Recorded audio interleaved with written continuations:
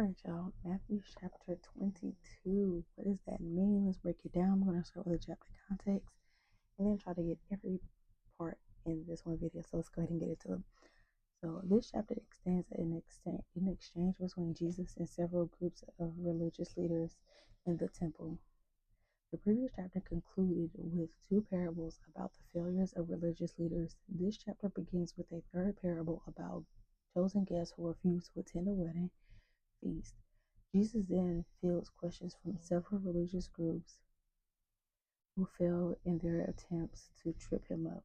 His wise and profound answers silence all of them. At this point, Jesus launches into a full-throated condemnation of the Pharisees in chapter 23.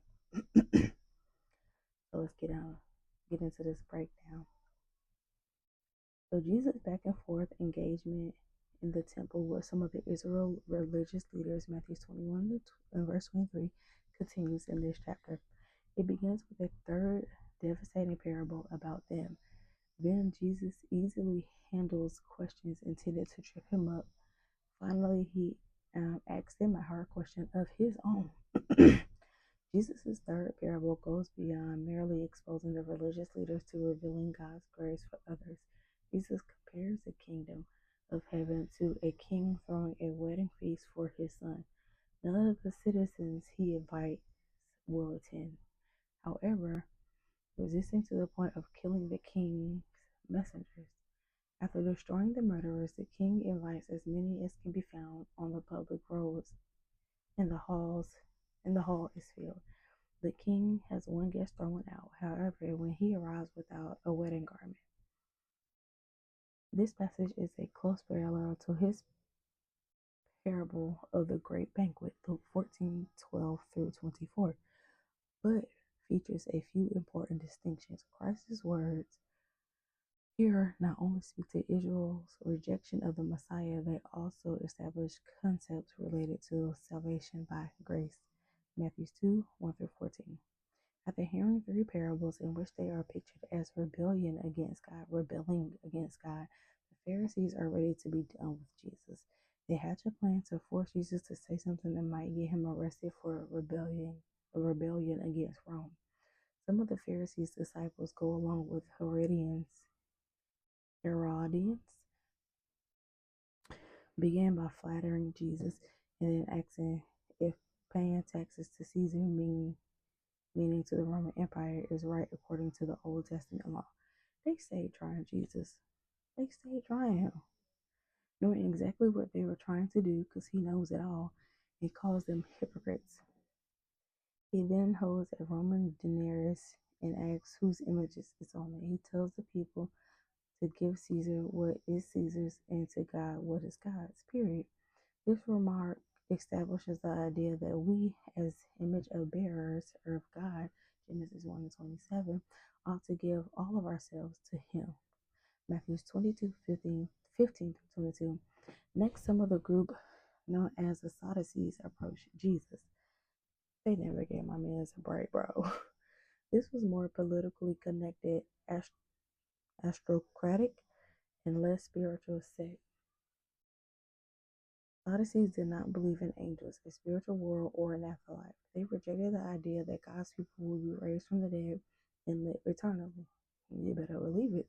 To show why such an idea is absurd to them, they imagine a scenario in which one woman ends up married to each of seven brothers in turn. Each of them dies one by one, passing her on to be married to the next. Finally, she dies. That's Matthew 22:23 through 27. The Sadducees asked Jesus who the woman would be married to in the resurrection. Jesus rebukes them for misinterpreting scripture and understanding God's power. He corrects their misguided question by pointing out that there is no marriage in heaven. This answer also establishes that both angels and the afterlife are real.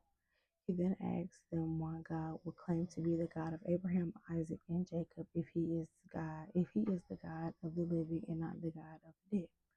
Using their own tactic and their own scriptures, he has shown a core belief of the Sadducees to be false. Again, the crowd is greatly impressed by Jesus' teaching. Matthew 22:28 through 33. Next, Jesus is approached by one of the Pharisees.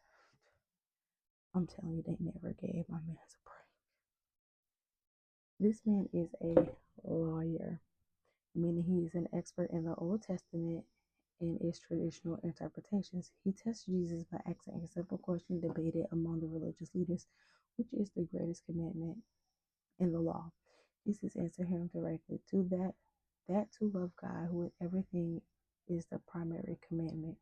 The second is to love your neighbor as you love yourself. Everything we think, believe, or do with respect to God is grounded in this fundamental idea. Matthew 22:30-40. Finally, Jesus asked the Pharisees a challenging question of his own. Who's the son? Whose son is the Christ? They answer rightly that the Christ, the Messiah, is the son of David.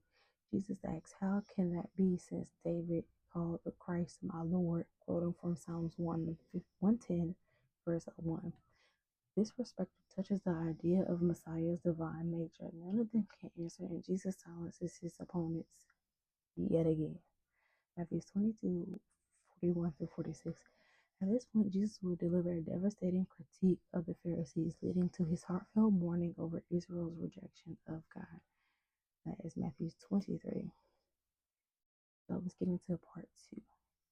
So Matthew 22 encompasses Jesus telling parables and responding to questions from religious leaders, teaching that the kingdom of heaven is open to all who accept God's gracious invitation with genuine faith and righteousness, even if initially rejected by God's chosen people.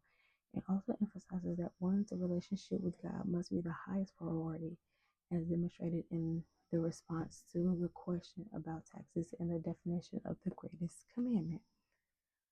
So key teachings: the parable of the wedding feast, Matthew 22:1-14. God's invitation: a king invites guests to a wedding banquet for his son. Rejection and extension: the initially invited guests refuse and even mistreat the king's messengers. The king then invites everyone, both good and bad, to the feast.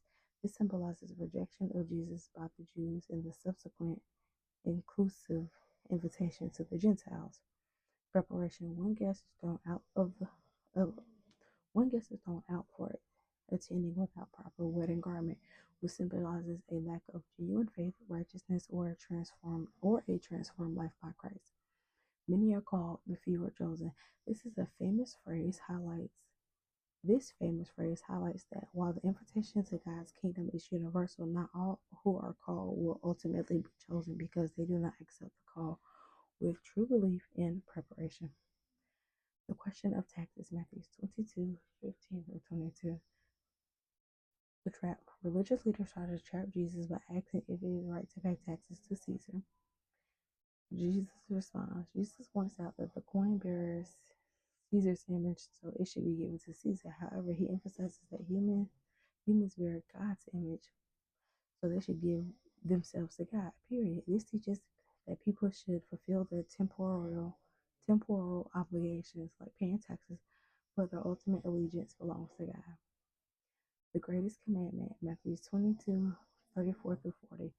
Love for God. When asked which is the greatest commandment, Jesus identifies loving God with one's heart, soul, and mind as the most important. Love for neighbor. He states that the second greatest commandment is to love one's neighbor as oneself. Foundation of the law. Jesus teaches that all the law and the prophets hang on these two great commandments. So the overall meaning, Matthew 22 presents a series of Jesus' teachings and interactions during the final week of his life in Jerusalem, revealing crucial aspects of the kingdom of heaven and underscore God's inclusive grace extended through Jesus, the rejection that offers, and the necessity of a transformed life marked by genuine faith and love for God and others to truly enter the kingdom. I did it. We did it, Joe.